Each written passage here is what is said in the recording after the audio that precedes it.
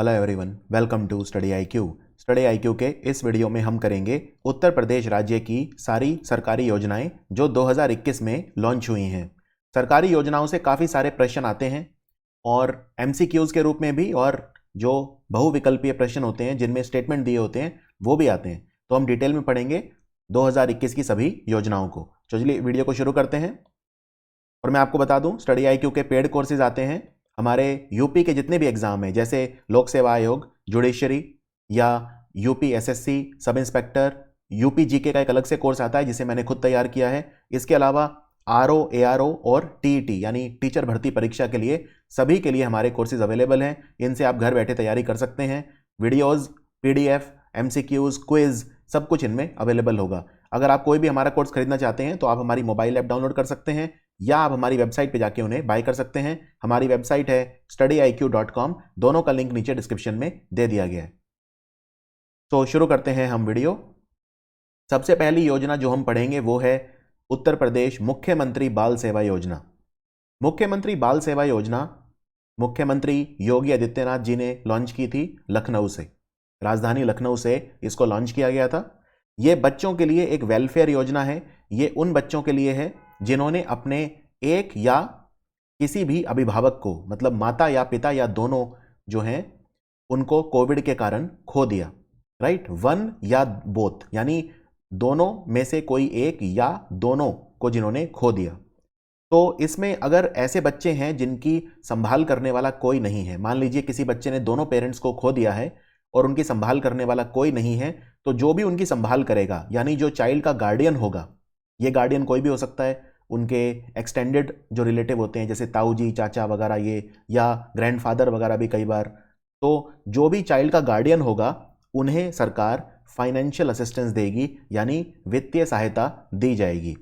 Right, और अगर कोई ऐसे बच्चे हैं जिनकी संभाल करने वाला कोई भी नहीं है तो उन्हें चिल्ड्रंस होम्स में डाल दिया जाएगा।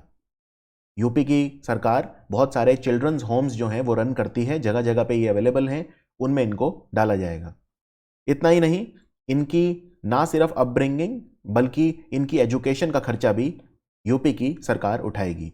तो ये है मुख्यमंत्री बाल सेवा योजना। तो इसमें कितना कितना पैसा दिया जाएगा इसको अब डिटेल से पढ़ते हैं। आपको एक बेसिक आउटलाइन मिल गया। देखिए, इसमें जो भी बच्चे की केयर कर रहा है, यानी गार्डियन या केयर टेकर, उसे 4,000 रुपये महीना मिलेगा सरकार की तरफ से। ये तब तक मिलेगा जब तक वो बच्चा या बच्ची एडल्ट नहीं हो जाता, यानी वयस्क नहीं हो जाता, 18 साल का नहीं हो जाता। 4,000 रुपये हर महीना सरकार देगी गार्डियन को या केयर टेकर को, जो भी बच्चे की संभाल कर रहा है। दूसरी बात, 10 साल से कम के अगर बच्चे हैं जिनके पास कोई भी फैमिली मेंबर नहीं है जो उनकी केयर कर सके, तो उन्हें फिर चिल्ड्रंस होम्स में डाल दिया जाएगा। ये चिल्ड्रंस होम्स अभी चालू हैं यूपी में, मथुरा में, लखनऊ में, प्रयागराज, आगरा और रामपुर में। अगर कोई माइनर लड़की है, गर्ल चाइल्ड है, तो उसे Kasturba Gandhi girls residential school जो भारत की सरकार चलाती है, या जो चिल्ड्रंस होम्स हैं लड़कियों के लिए, अनाथालय वगैरह जो होते हैं, जो यूपी की सरकार चला रही है, उनमें डाल दिया जाएगा। रेजिडेंशियल स्कूल में आवास और भोजन और शिक्षा सब लड़कियों को दी जाएगी। इन्हें कस्तूरबा गांधी गर्ल्स स्कूल कहते हैं। अभी 13 ऐसे चिल्ड्रंस होम्स हैं लड़कियों के लिए जो यूपी की सरकार चला रही है, उनमें इन लड़कियों को डाल दिया जाएगा। इसके अलावा अटल रेजिडेंशियल स्कूल, यूपी में अटल रेजिडेंशियल स्कूल हैं, वहां पर भी इन बच्चों की संभाल की जा सकती है। और 18 ऐसे स्कूल हैं यूपी में, 18 अटल रेजिडेंशियल स्कूल हैं। जब ये लड़कियां शादी के लायक हो जाएंगी, यानी 18 साल की हो जाएंगी, तो इनको 1,01,000 रुपये सरकार की तरफ से मिलेंगे इनके विवाह के लिए। 1,01,000। सरकार ये भी पूरी कोशिश करेगी कि इन बच्चों को टैबलेट और लैपटॉप वगैरह भी दिए जाएं जो इन स्कूल में पढ़ रहे हैं या कॉलेजेस में आगे जाके पढ़ेंगे। उन्हें लैपटॉप और टैबलेट देने की सुविधा भी सरकार शुरू करेगी। तो ये योजना है मुख्यमंत्री बाल सेवा योजना। अब हम आते हैं दूसरी योजना पे। ये है Uttar Pradesh Covid emergency financial support scheme. देखिए, हर राज्य, भारत का कोई भी राज्य हो, कोविड का जो प्रकोप था, दूसरी वेव जो आई थी, उससे बहुत ज़्यादा नुकसान सबको हुआ है। तो ऐसे में सरकार ये कोशिश कर रही है कि उत्तर प्रदेश में ऐसे उद्योग लगाए जाएं, ऐसी इंडस्ट्री लगाए जाएं, ऐसी इंडस्ट्रीज लगें जो कोविड से संबंधित सामान को बनाए, जैसे वेंटिलेटर बनाए, ऑक्सीजन के जो टैंकर हैं वो बनाए, ऑक्सीजन सिलेंडर बनाए, या हॉस्पिटल बेड वगैरह, या किसी भी तरह की चीज़, यानी कि कोविड से रिलेटेड कोई भी चीज़, कोई फैक्ट्री लगाए, ऐसी औद्योगिक इकाइयां, इंडस्ट्रियल यूनिट्स यूपी में लगे तो सरकार उनको सब्सिडी देगी। ठीक है, कितनी सब्सिडी देगी? जितनी भी लागत होगी, यानी किसी भी फैक्ट्री या किसी भी उद्योग को लगाने का जो खर्चा है उस पे 25% छूट सरकार देगी, ज़्यादा से ज़्यादा 10 करोड़ तक। ठीक है, मान लो किसी कंपनी को या किसी फैक्ट्री को लगाने में 50 करोड़ का खर्चा है, तो इसका 25%, लेकिन इसका 25% हो गया जो है 12.5 करोड़, लेकिन मैक्सिमम 10 करोड़ तक। 25% या 10 करोड़, इनमें से जो भी कम है, ठीक है, तो वो सरकार देगी। और एक कंडीशन ये है कि जो भी आप लगा रहे हो, फैक्ट्री लगा रहे हो या इंडस्ट्री लगा रहे हो, वो कम से कम 20 लाख रुपए की लागत उसमें होनी चाहिए। 20 लाख रुपए की लागत कम से कम आपको करनी है, तो 25% सब्सिडी आप ले सकते हो सरकार से, मैक्सिमम 10 करोड़ रुपए तक। इतना ही नहीं, जो भी परमिट चाहिए, जैसे कई फैक्ट्री लगाने के लिए बहुत सारे परमिट चाहिए होते हैं, पॉल्यूशन का चाहिए होता है, एनवायरनमेंट का परमिट चाहिए होता है, आपको जो दूसरे परमिट होते हैं जैसे कि एनओसी लेने पड़ते हैं एक्सप्लोजिव सेफ्टी ऑर्गेनाइजेशन से, कोई किसी तरह का विस्फोट ना हो जाए, या ड्रग कंट्रोल ऑर्गेनाइजेशन वगैरह से, जो भी परमिट चाहिए वो आपको सिर्फ 72 घंटे के अंदर, यानी 3 दिन के अंदर मिलेगा। तो इस स्कीम का नाम है UP Covid emergency financial support scheme. अब आते हैं अगली योजना पे, एकदम latest, mission for integrated development of horticulture.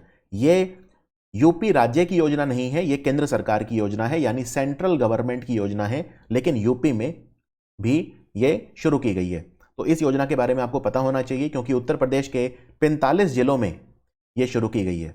Horticulture मतलब होता है फल और सब्जियों की खेती, यानी हॉर्टिकल्चर, इसको हम बागवानी खेती भी बोलते हैं, बागवानी खेती यानी हॉर्टिकल्चर। सो इसमें यूपी में 45 जिलों में ये शुरू की गई है। इसमें क्या है, ये योजना क्या है? सरकार ये चाहती है कि आप नर्सरी शुरू करें। नर्सरी होता है जहां पे पौधे उगाए जाते हैं, जहां पे बागवानी विकास होता है, आप नर्सरी लगाएं। अच्छा, नर्सरी दो तरह की है इसमें, एक है हाईटेक नर्सरी और एक है छोटी नर्सरी। तो उसी हिसाब से आपको छूट मिलेगी।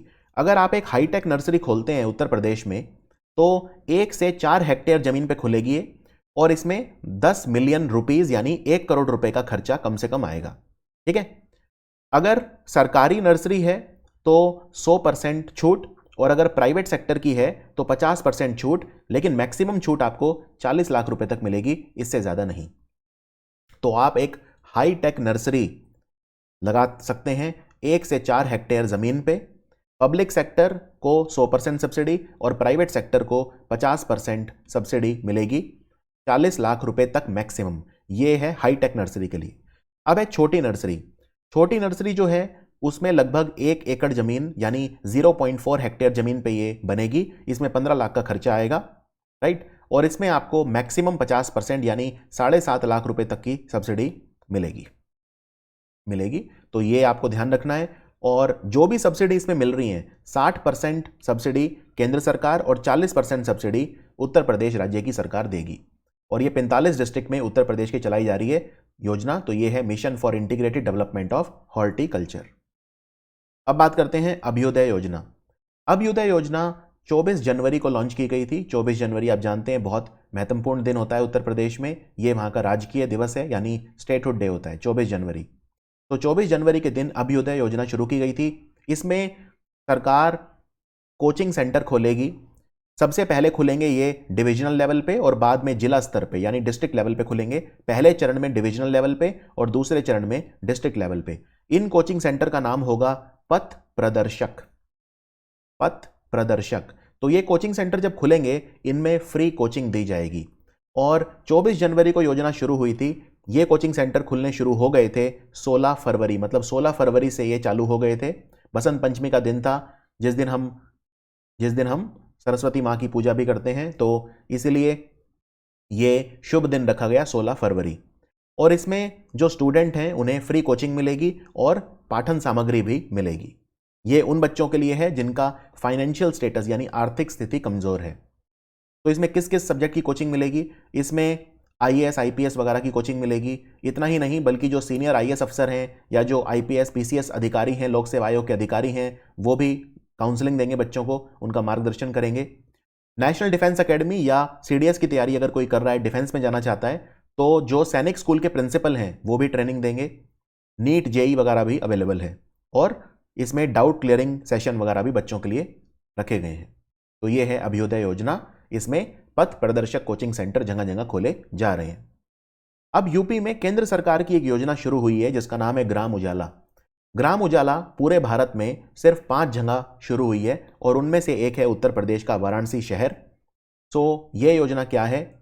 इसमें दुनिया के सबसे सस्ते एलईडी बल्ब बांटे जा रहे हैं। एलईडी बल्ब 7 वाट और 12 वाट दो अवेलेबल हैं और सिर्फ 10 रुपए में एलईडी बल्ब बांटा जा रहा है। बहुत ही सस्ता, दुनिया का सबसे सस्ता। इसमें सरकार का टारगेट ये है कि 15 मिलियन यानी 1.5 करोड़ एलईडी बल्ब बांटे जाएंगे इन 5 जिलों में मिला के। आरा, बिहार से योजना शुरू हुई थी। आरा, वाराणसी, विजयवाड़ा, नागपुर और गुजरात के, पश्चिम गुजरात के कुछ गांव, वहां पे ये योजना चल रही है ग्राम उजाला। और एक घर इसमें 5 एलईडी मैक्सिमम ले सकता है, इससे ज़्यादा नहीं।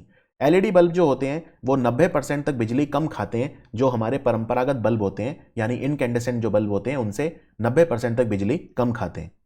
इस योजना को लागू कौन कर रहा है?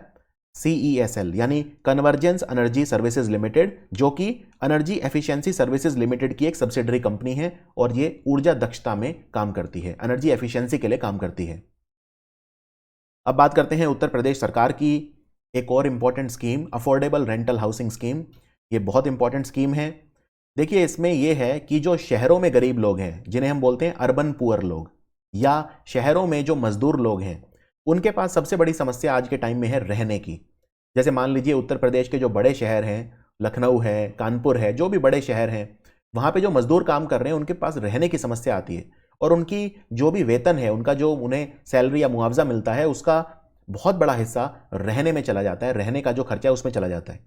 तो वो गरीब लोग जो शहरों में रह रहे हैं या जो अर्बन माइग्रेंट हैं, उनके लिए योजना है। इसमें शहरों में स्पेशल घर बनाए जाएंगे जिनको उत्तर प्रदेश की सरकार फिर किराए पे देगी और बहुत ही कम दाम में किराए पे देगी, राइट। तो इसमें प्रेफरेंस दी जाएगी अर्बन माइग्रेंट, गरीब मजदूर, जो इकोनॉमिकली वीकर सेक्शन से हैं, वो EWS कैटेगरी जो होती है, लो इनकम ग्रुप, फैक्ट्री के मजदूर, ये सब। और ये योजना खास तौर पे schedule caste, schedule tribe, OBC, विधवाएं, विडोज, वर्किंग वुमेन यानी कामकाजी जो महिला हैं, और माइनॉरिटीज, इनके लिए शुरू की गई है। इनको प्रेफरेंस दी जाएगी, ठीक है।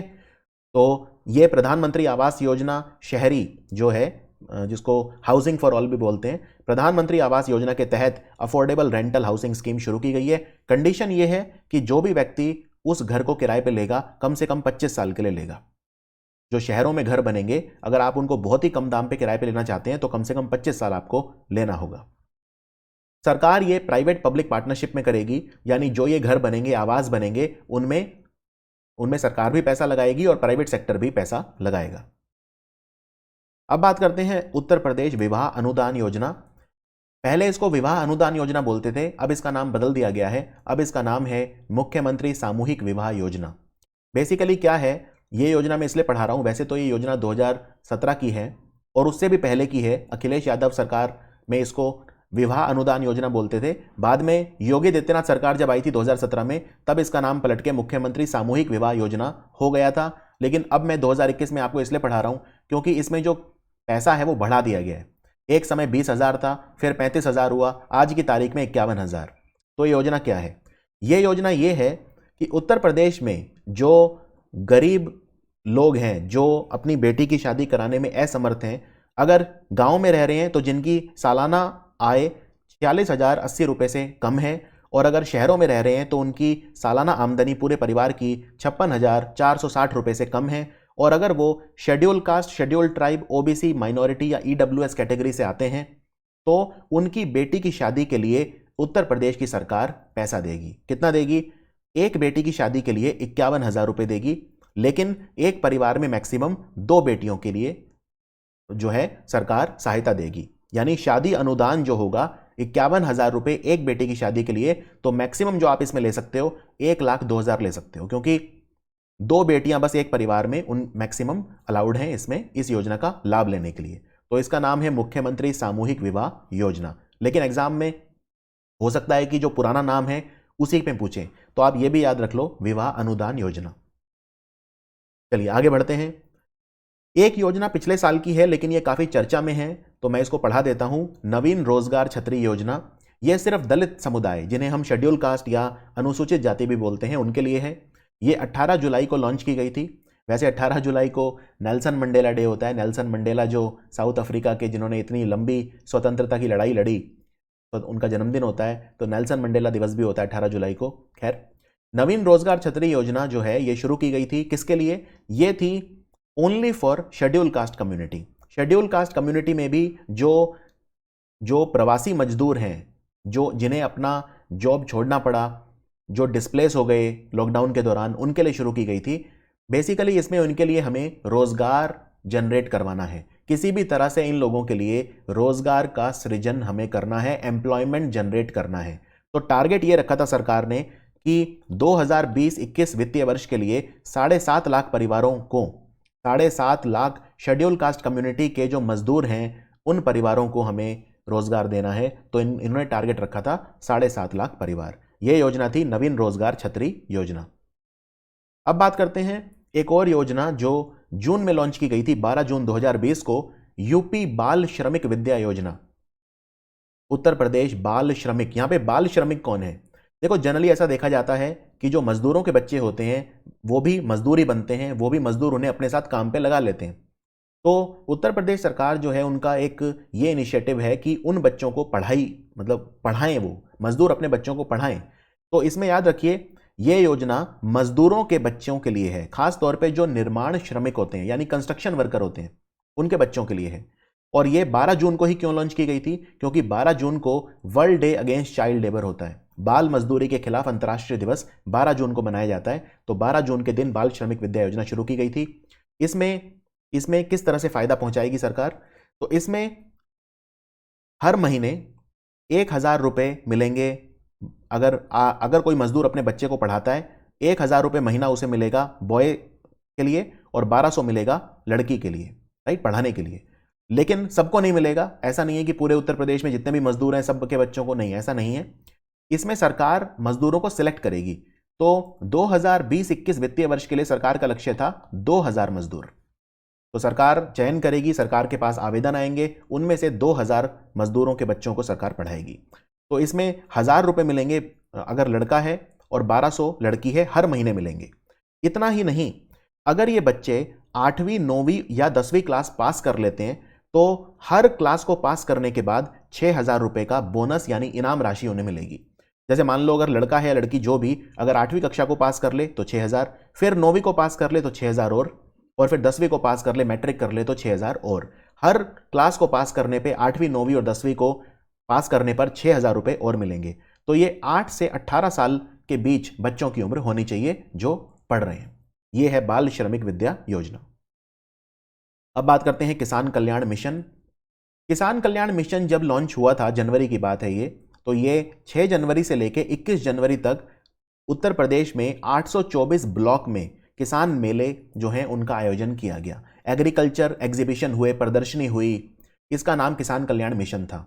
तो ये 15 दिन तक चला, 6 जनवरी से 21 जनवरी तक 2021। किसान कल्याण मिशन का ऑब्जेक्टिव ये था कि किसानों की जो आमदनी है वो उत्तर प्रदेश में दुगनी हो जाए। 2022 तक वैसे भी सरकार का लक्ष्य है, और 2022 अब बहुत दूर नहीं है, सिर्फ 6-7 महीने बचे हैं। तो 2022 तक किसानों की आमदनी दुगनी हो जानी चाहिए, और यह लक्ष्य सरकार ने बहुत पहले रखा था, लगभग 2016 के आसपास रखा था। तो किसान कल्याण मिशन को लखनऊ से लॉन्च किया गया और किसानों की आमदनी को दुगना करने का लक्ष्य रखा गया। तो इसमें क्या क्या हुआ, किसान कल्याण मिशन के तहत क्या क्या चीजें हुई? इसमें कई सारे एग्रीकल्चर एग्जीबिशन हुए, कृषि क्षेत्र को लेकर प्रदर्शनियां हुई, और हर जिले, उत्तर प्रदेश में 75 जिले हैं, तो 75 डिस्ट्रिक्ट, हर डिस्ट्रिक्ट में से 100 किसान हैं जो उन्हें सरकार के द्वारा सम्मानित किया गया। उन्हें रोल मॉडल के तौर पे सबके सामने प्रस्तुत किया गया और उन्हें सम्मानित किया गया। इसका नाम था किसान कल्याण मिशन। अब बात करते हैं विरासत अभियान। 2021 में बेसिकली विरासत अभियान उत्तर प्रदेश की सरकार ने 2 महीने तक चलाया, और इसमें जो जमीनी मुकदमे होते हैं, प्रॉपर्टी डिस्प्यूट, खासतौर पे गांव दराज में, जो गांव वाले इलाके रूरल एरिया हैं, उनमें उन प्रॉपर्टी डिस्प्यूट को, जमीनी जो मतभेद हैं या मुकदमे हैं, उन्हें सुलझाने के लिए शुरू किया था। तो ये तहसील और डिस्ट्रिक्ट लेवल पे भी था और ऐसे लाखों मुकदमे हैं जो इकट्ठे हो चुके हैं। तो उत्तर प्रदेश में हर गांव में 1,08,000 जो गांव हैं उन सब में ये चलाया गया। और इसमें जो लेखपाल होते हैं, जो जमीन का रिकॉर्ड रखते हैं, लेखपाल, उनके काम को लेके भी सरकार सतर्क हुई, क्योंकि ऐसा देखा गया कि जो लेखपाल होते हैं वो अपने काम में रुचि नहीं लेते, इस कारण ये मुकदमे ज़्यादा हो जाते हैं। ज़मीन की नापतोल वगैरह में वो इधर उधर कर देते हैं, हेरा फेरी हो जाती है, कई बार करप्शन हो जाता है। तो लेखपाल जो हैं उनको भी, जितने भी ज़मीन के टुकड़े हैं उनको वेरीफाई करना, उनका जो आखिरी ओनर है उसके साथ वेरीफाई करना, बाद में वो ज़मीन किसने खरीदी तो ये सारे कागज़ दोबारा वेरीफाई करना, और ज़्यादातर जो प्रोसेस है पूरा ऑनलाइन करना, लैंड रिकॉर्ड डिजिटाइजेशन करना, इन सब पे बल दिया गया विरासत अभियान में। अब कुछ ऐप और पोर्टल देख लेते हैं जो यूपी सरकार ने लॉन्च करे हैं हाल ही में। पुराने मैं नहीं बताऊंगा इसमें, जैसे प्रवासी राहत मित्र या जो पुराने हो गए, आयुष कवच वगैरह, वो सब नहीं, नए हम पढ़ेंगे। तो सबसे पहला पोर्टल है यू राइज, और यू राइज की फुल फॉर्म है यूनिफाइड री imagined innovation for student empowerment. You rise portal मुख्यमंत्री योगी आदित्यनाथ ने शुरू करा था। इसमें बेसिकली क्या है, नौकरी खोजने वाले और नौकरी देने वाले दोनों को एक ही मंच पे लाया गया, यानी जॉब सीकर और एम्प्लॉयर दोनों को एक जगह लाया गया। और इसमें 20 लाख बच्चों की मदद की जाएगी, खासतौर पे इंजीनियर जो वोकेशनल एजुकेशन में हैं या औद्योगिक प्रशिक्षण संस्थानों में पढ़ते हैं, आईटीआई में पढ़ते हैं, इनकी मदद की जाएगी नौकरी को खोजने में। तो इसका नाम है यू राइज पोर्टल। दूसरा, एक मोबाइल ऐप लॉन्च किया यूपी ने जिसका नाम है मेरा कोविड केंद्र। ये दिसंबर 2020 में किया था। इसमें आपके नज़दीकी जो भी कोविड जांच केंद्र है, जहां पे फ्री में आप अपना कोविड का जांच करा सकते हो, आरटी-पीसीआर वगैरह टेस्ट करा सकते हो, वो आप इस पे देख सकते हो कि आपके नज़दीकी कौन सा है मेरा कोविड केंद्र ऐप। फिर एक मोबाइल ऐप लॉन्च की थी उद्यम सारथी। उद्यमी कौन होता है? एंटरप्रेन्योर, बिजनेसमैन, जो अपना खुद का उद्योग चलाता है, खुद का अपना जो है वो उद्यम चलाता है। मुख्यमंत्री योगी आदित्यनाथ ने उद्यम सारथी ऐप लॉन्च किया, जिससे जो युवा हैं यूपी के, वो स्वरोजगार के जो अपॉर्चुनिटी हैं उनको एक्सप्लोर कर सकें। इस पे जो यूपी सरकार है वो सारी हेल्प अवेलेबल करवाएगी, एक्सपर्ट्स के ओपिनियन होंगे। आपको अगर बिजनेस शुरू करने के लिए लोन लेना है तो वो कहाँ से ले सकते हो, कितना कम से कम दाम में आप ले सकते हो, कौन कौन से बैंक दे रहे हैं, असुरक्षित ऋण कौन सा है, सुरक्षित ऋण कौन सा है, तो सारी जानकारी आपको मिलेगी अगर आप स्वरोजगार चाहते हैं, अगर आप खुद अपना उद्यम लगाना चाहते हैं। तो इसका नाम था उद्यम सारथी ऐप। उसके बाद एफपीओ शक्ति पोर्टल लॉन्च किया है, बहुत इंपॉर्टेंट है। एफपीओ मतलब होता है फार्मर प्रोड्यूसर ऑर्गेनाइजेशन, यानी किसान उत्पादक संगठन। और हमारी केंद्र सरकार बहुत सारे एफपीओ भारत में खोल रही है, फार्मर प्रोड्यूसर ऑर्गेनाइजेशन। इसमें किसानों का समूह होगा। तो ये जो पोर्टल है इस पे किसान, कंपनियां, व्यापारी, जो कृषक हैं या जो एग्रीकल्चर से रिलेटेड दूसरे विभाग हैं, उन सबको एक ही मंच पे लाया गया है। और इसको योगी आदित्यनाथ जो हैं उन्होंने गोरखपुर से लॉन्च किया था एफपीओ शक्ति पोर्टल को। और इस पोर्टल को बनाने में अपना तकनीकी सहयोग दिया है Bill and Melinda Gates foundation ने। उन्होंने इसको बनाने के लिए फंडिंग भी दी है, पैसा भी दिया है और तकनीकी सहायता भी दी है। इसमें जो किसान होंगे वो मंडियों पर उनकी निर्भरता कम होगी, ऐसा सरकार का कहना है इस पोर्टल की मदद से। तो ये थी उत्तर प्रदेश की सारी 2021 की सरकारी योजनाएं। कुछ जो 2020 की थी और इंपॉर्टेंट थी वो भी मैंने आपको पढ़ाई इसके अंदर, बहुत इंपॉर्टेंट हैं। सरकारी योजनाओं से ज़्यादा इंपॉर्टेंट करंट अफेयर में कुछ नहीं होता, और हमने इसमें ऐप और पोर्टल भी कवर किए। बाकी उत्तर प्रदेश राज्य के जनवरी से मई तक के 5 महीनों के बहुत ही ज़्यादा विस्तृत करंट अफेयर के एमसीक्यू मैंने ऑलरेडी अपलोड कर दिए हमारे चैनल पे, आप उन्हें देख सकते हैं। और मैं आपको एक बार फिर याद दिला दूं, हमारे पेड कोर्सेज भी आते हैं, जिसमें लोक सेवा आयोग का हमारा बेस्ट सेलिंग कोर्स है, और इसमें जीके मैंने खुद पढ़ाया है। उत्तर प्रदेश का जो जीके है, उत्तर प्रदेश का भूगोल, उत्तर प्रदेश का इतिहास, उत्तर प्रदेश का जो भी इकोनॉमी है, अर्थव्यवस्था है, जो भी यूपी का कंटेंट है वो मैंने खुद तैयार किया है। और हमारा judiciary exam, SSC, sub inspector, RO, TET वगैरह के लिए भी कोर्सेज अवेलेबल हैं। नीचे मैंने लिंक दे दिया है, अगर आप कोई भी कोर्स परचेज करना चाहते हैं तो लिंक पे जाके कर सकते हैं। इसके अलावा विभिन्न जो टॉपर्स हैं यूपी पीसीएस के, उन्होंने अपनी स्ट्रैटेजी शेयर की है हमारे चैनल पे, उनके लिए भी प्लेलिस्ट है, उसको भी आप देख सकते हैं। लगभग 40-50 इंटरव्यूज़ हैं लगभग जो अवेलेबल हैं, जिनमें डिटेल स्ट्रेटेजी अवेलेबल है। तो आप अगर लोक सेवा आयोग की तैयारी कर रहे हैं तो आप उन इंटरव्यूज़ को भी देख सकते हैं। तो इसी के साथ मैं मिलता हूँ अगले जो भी वीडियो आएगा उसमें। एक वीडियो बहुत जल्दी मैं लेके आऊँगा उत्तर प्रदेश की अर्थव्यवस्था का, यानी इकोनॉमी का। वो कई पार्ट्स में आएगा, तो उसमें हम पूरी यूपी की इकोनॉमी डिटेल में कवर करेंगे। Thank you for watching study IQ।